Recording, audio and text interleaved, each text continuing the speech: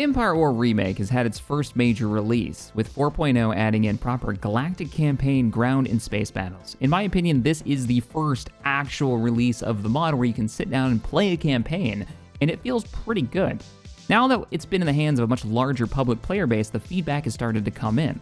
And holy crap do the devs have a bunch of changes, additions, and bug fixes that are on the way. If you're interested in these changes and want to keep up live with it, hit up the Remake Discord for the latest information. In this video, we're going to talk about a few of the big changes and some of the small ones that I find really interesting. Now, keep in mind, after reading many of the comments from the last video talking about Remake, the conversation about the mod's balance and design is nothing but a good thing in my opinion. So let's keep the comments section civil. We may not all agree, but we do enjoy the mod or we wouldn't be talking about it. The first biggest change for me is the change to planetary shields, orbital strikes, and bombing runs. In 4.0, almost all of the planets have a base shield that covers the entire planet. This shield stops orbital strikes from functioning completely, and bombing runs only work and can be used at the start of a battle, after which they're turned off. Now, I know my criticism and many others have been that this makes the orbital bombardment mechanic, which is fairly unique, become a moot point. Basically, you fight through the battle, and once you have already won it, you can take out the shield generator or the power generator and bombard empty open land where there's nothing to actually target. It doesn't have any effect on the battle itself, but it does look amazing because it's this gigantic orbital hit. The animation is quite impressive, but it doesn't add any variety to the gameplay and no hard choices for the players to make. It's just removed a tool from the player's toolbox.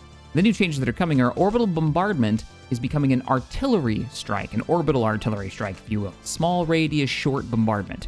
Shield generators are now limited to covering only the base. This is a bit more in the vanilla aspect of the game, and I can kind of see why. Anything outside of this area can be artillery striked, and it can be bombed with a bombing run. This means that it's going to be a smaller radius, but it might be that clutch move that you pull off that means that you can turn the battle in your favor. Turn an unwinnable situation into a winnable one, but here's the catch. Calling in an orbital strike will now cost you 2,000 credits to do it.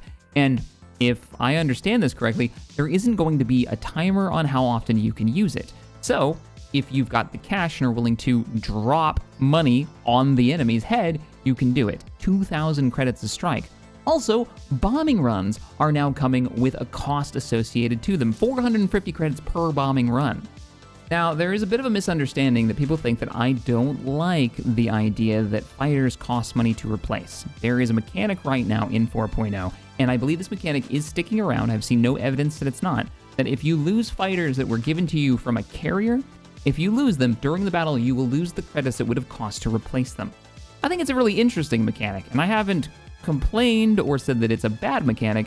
It's just that the way that I find I play Empire at War is that I'm constantly using the credits that I have to build something. I'm normally building on 3 or 4 planets, even early game, and hilariously, because of the way Remake has changed how you spend credits, they actually tick slowly over time. You don't have to have the amount needed to, say, buy an ISD or a capital ship on hand. You can just start building it right away, and that money will slowly trickle into the thing you're building. It means I'm constantly building things that in any other game, including the base game, any other mod, including the base game, I just couldn't afford before. I have no reason to stockpile credits. I can just start building that golem platform now when I only have 2,000 credits because I know I'm going to get paid during the subsequent months and eventually pay for it. Meaning, I have no money most of the time I play. Meaning this amount of credits on hand isn't really a thing. And since the game can't handle, it seems, having negative amounts of credits, there is no negative to having 0 credits and losing fighters. You're basically not paying for them at all. So the mechanic didn't really work out. There is no point in having more credits in your bank account, at least until now. Now, if I'm about to attack a core or key world that, say, the Empire is holding, I'm gonna want those 6, 8, 10, 20,000 credits on hand in case I absolutely need them to save an armored company or to knock out a turbo laser tower that I didn't see coming. It needs to be taken down by an airstrike. I have a reason to stockpile money. Most 4X games have a way of fixing this by giving you negative debuffs because you're not paying your troops, or giving you the inability to field armies at this point because you're unable to buy food for them. But Empire War and its 4x mechanics doesn't have anything like that for being at 0 credits. So we finally got a reason to stockpile money. Now there's another change that's coming that I think is it's a supposed solution to basically just sitting back with artillery and shelling an enemy position until you have won the game. And that is, they're charging now 20 credits per artillery shot. That's your base artillery. So if you let your artillery just fire nonstop at the enemy, it'll cost you upwards of 1,200 credits in 5 minutes. I'm really curious what people are going to think when this version of artillery comes out.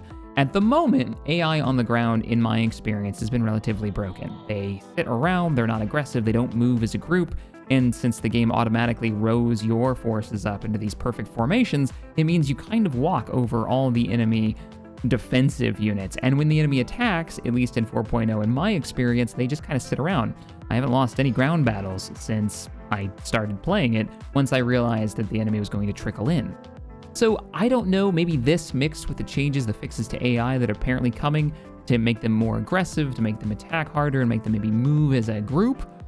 Also kind of nerfing artillery by making them cost credits per shot might change things, or this might be another variant of the starfighter battles where we just are at 0 credits and the artillery continues to fire anyways.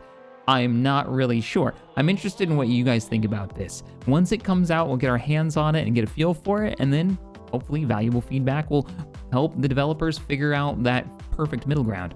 Now, the money issues that you're probably thinking already, holy crap, where all my credits are gonna go, what's gonna happen, and you might freak out a little bit. Well, there are some changes to generating income that are coming, and some of them are gonna have you making more money, and some of them are gonna make you having less, depending on where you're at and where you're focusing on the map. I know I'm gonna be taking a hit because I enjoy starting my Rebel campaigns from the south so far. And that means I have Bespin right there on my doorstep. So gas giants can now build refineries. These used to give 500% of base income, now they only give 350%, so there's a lower income for people who rely on stuff like Bespin to really make extra bank. But they are changing all planet systems and sectors on their base income to increased by 50%, meaning that the very bottom barrel of the amount of money that these plans are going to be giving you will be 50% more. But keep in mind that most of the objects that you build on these plans, these structures, give you a increase that is not affected by that base income. So I think there's only like, what did he say? I think there's Trade Hub actually affects it, but that's about it. Everything else is flat bonuses that you're given, and those have also been rebalanced. But there is going to be a change to how the economy works. So the economy overall will be a little bit more forgiving, but still be as difficult as intended, and I say that in quotations. A new structure, agricultural settlements, are now a thing for temperate worlds, which can increase the temperate world's income by 150 per structure, and you can build 2 of them. They can be further upgraded to planetary agricultural communities, giving you 350 income each. That's a substantial amount for temperate worlds. So you can start really rolling in some cash, making what sounds like Aggie worlds, agricultural worlds. Very cool. There are a host of unit balance modifications that are coming. I'm not going to get into the nitty-gritty of these because there are a lot of them, but if you had a certain unit that you found that was well outside the norm or just didn't feel right, there's a good chance it's getting an upgrade or update. There is one that I will mention that was some feedback that I gave, and that was the Javelin class heavy thrust ship. This ship was, I guess in the lore, super tanky. So they made it super tanky in the game. And as an example of some of the rebalancing that they're doing, this ship had 40,000 hull points, and not counting its shields, meaning it had almost 60% the health of something like a full-on space station, one of the big space stations. So what would end up happening, the ships themselves don't have a lot of weaponry on board them, and you'd end up having these just sitting there. They're part of the Black Sun, or the criminal faction, and they'd end up just sitting there after the battle was over, and you'd just Control A, select your entire fleet, and then right-click them and fast forward to wait for them to die. And it would still take a while because they had so much health. Now, at some point during the development, that was balanced. A lot of the tanked ships had that level of health, but many of those other ships had been rebalanced, and this one had not, as I'm told by the devs. So it's interesting. This one's getting knocked down from 40,000 health to 20,000, meaning it's still one of the tankiest ships in the game. It's also, by the way, a very small ship, so it's probably going to get missed often enough to mean that 20,000 is going to last you a while. It is, by its very nature, a bait ship. It is there just to get shot at. That's its main role in the fleet. They're giving it a squadron of TIEs, or TIE uglies, excuse me, or basic uglies. They're also getting an increase or decrease in the amount of money it costs. It's only 8,500. It used to be 20K, and it's been reduced from tech level 2 to 1. They also gave it PD lasers, point defense lasers. Not sure why it requires that, unless the criminals didn't have a point defense ship to begin with. It seems like they just want this thing to be something kind of all-encompassing in one way or the other. That seems like a lot for something that's already pretty amazing at tanking, as 20K is, capital ship levels of tank on a corvette or very small frigate class ship. But that's the kind of updates that we're getting. Those kind of units are getting reworked to fit a little bit better and to make it so you're not just sitting around waiting for the battle to end. I do notice in Remake that station sieges are something that is a thing. It doesn't seem like that's changing in this version. I don't know if that's some feedback that they've received yet, and you guys can correct me if I'm wrong, but I found that a lot of the space battles end up being me sitting there for 10 minutes firing at a space station over and over and over again, and with really lots of health and tons of subsystems, and you're just kind of waiting around for the ship or the station to die, as it's not doing enough damage to actually kill anything in your fleet. I don't know how to fix that. I don't know what the plan there is, but it's definitely some of my feedback that I've got. But there's a lot of cool stuff coming, including hero rework. Now, if you've played any of the campaigns so far, you've probably found yourself fighting over the same enemy heroes, fighting against them over and over and over again. I think for the criminal faction, I've fought Zan like 9-10 times over the same planets over and over because they respawn within 10 minutes. This didn't make the game really any harder so much as monotonous. It didn't become a cool big deal when Vader shows up or Zan showed up to the front line, other than the fact that you're gonna have to deal with that same ship you fought 9 other times before. I'm digging the change that they've pushed forward, and I'm curious to see how it works out. I think it's a good idea. I think the 30-minute timer for knowing that Vader's off the front line is an opening, an opportunity for the player to exploit that and to feel good doing it because they managed to defeat the Devastator or Home 1 in a Rebel battle, and they're not just gonna pop back up so you have to slog through all of Home 1's shields again. Overall, pretty creative way of handling the hero respawns. Another big change is in the form of ground airborne regiments. Now, I do not envy the task of balancing airborne units on the ground maps, because they're basically units that can be anywhere on the map in a matter of moments and apply firepower. How do you balance that without going full rock, paper, scissors? And I do not have the answer for that, but here are the changes that are coming. Either you can, in the current version, completely counter air pretty solidly, or you can't. You can mass select your entire army and right-click those Z95s that are flying over and hope that you can kill them, or stack up on base points and build AA that sort of works, but isn't super effective. It's a weird mix. So here's what they're changing. Airborne regiments are being rebalanced. Instead of getting 6 units in each airborne regiment, now you're only gonna get 3 fighters. Instead of support infantry, you're getting assault infantry. I'm not quite sure exactly what the change there is. It's a little weird that you're not getting the support ones. I always thought that was kind of a cool idea, that you're getting the maintainers and the ground crews for these aircraft as well. Now it's like an assault group that you're getting. The price is going down from 6K to 4K. Okay, and they're adding fuel costs to each fighter, 100 credits per fighter per battle. Yeah, fuel costs. Yeah, okay. I don't see an issue with it, other than some players may be confused by where their money's going when they're having all these various kind of taxes on the stuff that they're bringing into battle, especially for things that they've already paid for. But I'm curious what you guys think. It's kind of a neat idea. You're paying for the fuel of the fighters. That idea that aircraft are very powerful but very, very expensive? Sure. And they've slightly nerfed AA. I have seen the AI use air sort of to their advantage, okay, and other times it's been completely annihilated. I have used air and cheesed it to the 10th most degree and managed to take out 2 full regiments of enemy ground armor, because it is just, if they don't have the AA, they don't have it and they get wrecked by it. So it is not an easy thing to balance. There's a reason the base game only had 1 air unit and it was only good at one thing, and that was dropping like and, AT-ATs out of the sky. So yeah, I'm curious what you guys think about how they should, what ideas do you have for making air work? But that's how they're changing it with the new version. Another thing they're doing that might affect air battles a bit is that most of the buildings are getting their HP reduced. We don't know by how much, but the idea is that this is going to prevent a lot of downtime in the battles, which I think the mod currently suffers pretty greatly from. There is a lot of that siege-like gameplay where you're sitting there slamming into buildings where I find myself clicking that fast forward button far more often than I ever have playing Empire at War because of the health pools of static structures and some vehicles like we talked about earlier. So it'll be interesting to see, how does it change? Can we now use air to take out some structures? Not that those structures are overly important to take out for ground battles because they don't actually play a role other than they are the victory condition. There are no reinforcements over time from something like a barracks or a base of operations, so I'm not so sure. I'm not so sure how it's going to play out.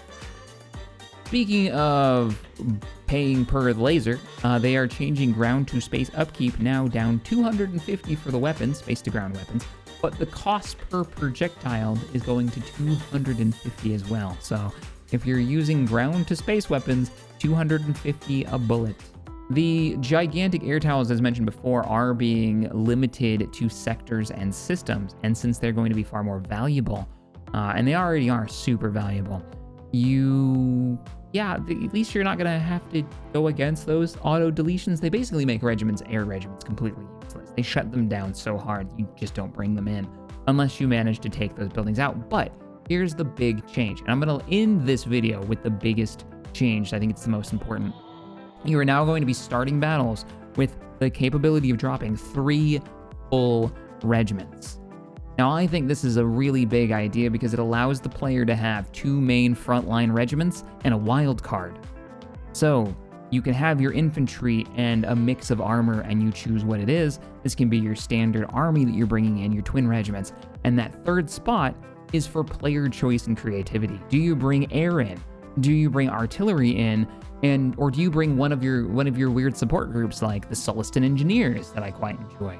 Or do you bring in one of the other cool random units that you've picked up on some of the planets you've taken?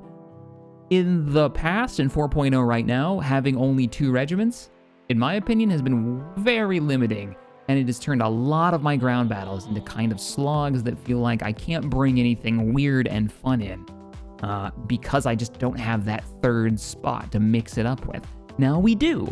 I think that's a great idea, so it'll be interesting to see how much that changes player creativity and expression, if that makes sense, in this mod.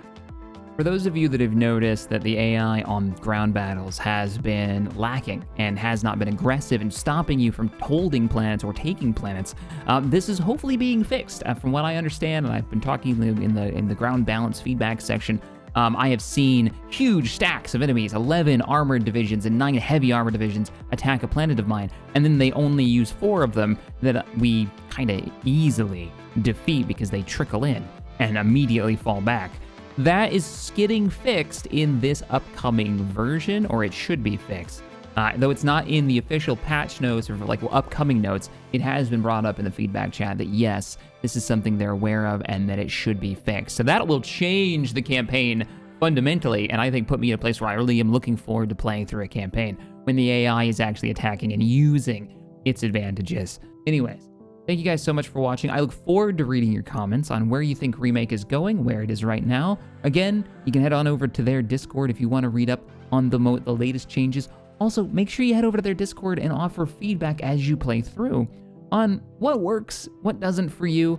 All right, everybody. If you enjoyed the video, hit the thumbs up button, subscribe to the channel for more sci-fi gaming and modding goodness. And as always, thank you so much for watching, and I will catch you next time.